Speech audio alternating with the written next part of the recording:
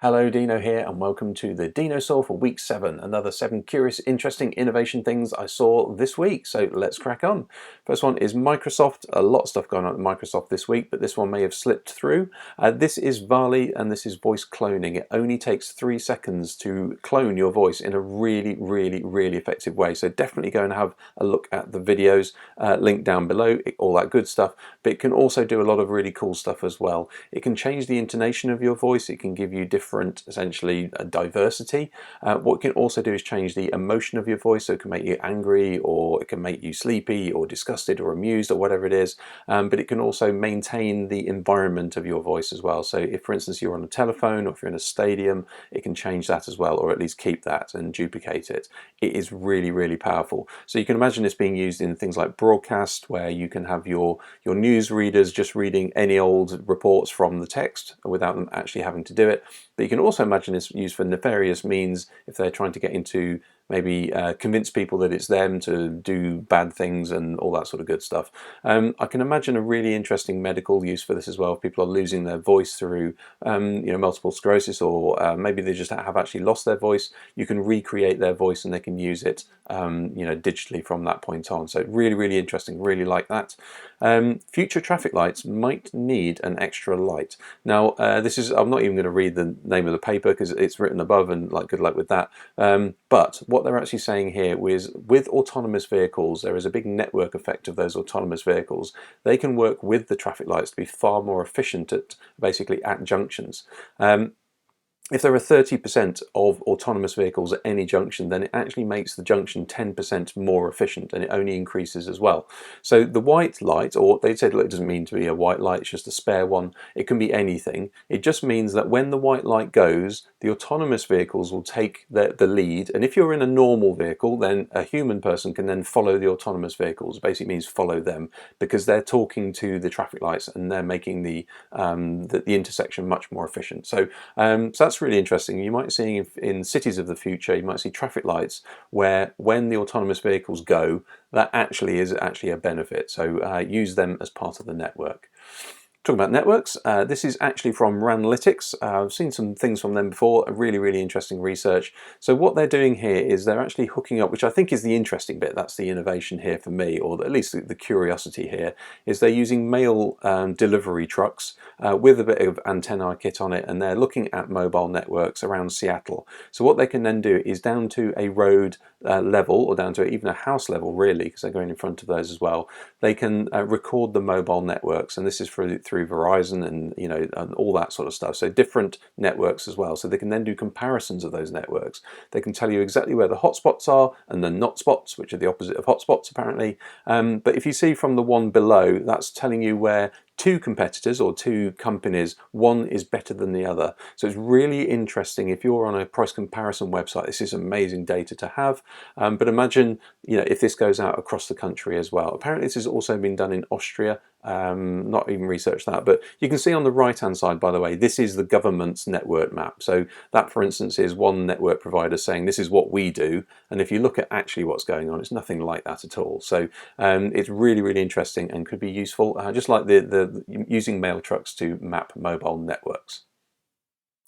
This is FRIDA, again another one of those sort of long things, which is a framework and robotics initiative for developing arts.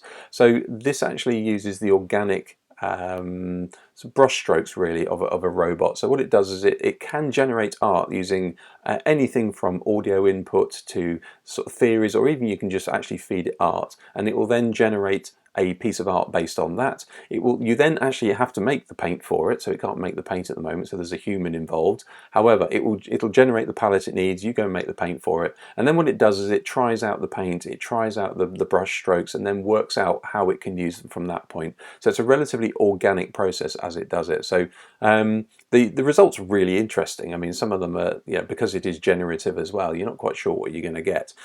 So these are amazing. You could say this is just another thing that artists are getting absolutely battered with at the moment, where computers are taking over. But there you go. It is what it is.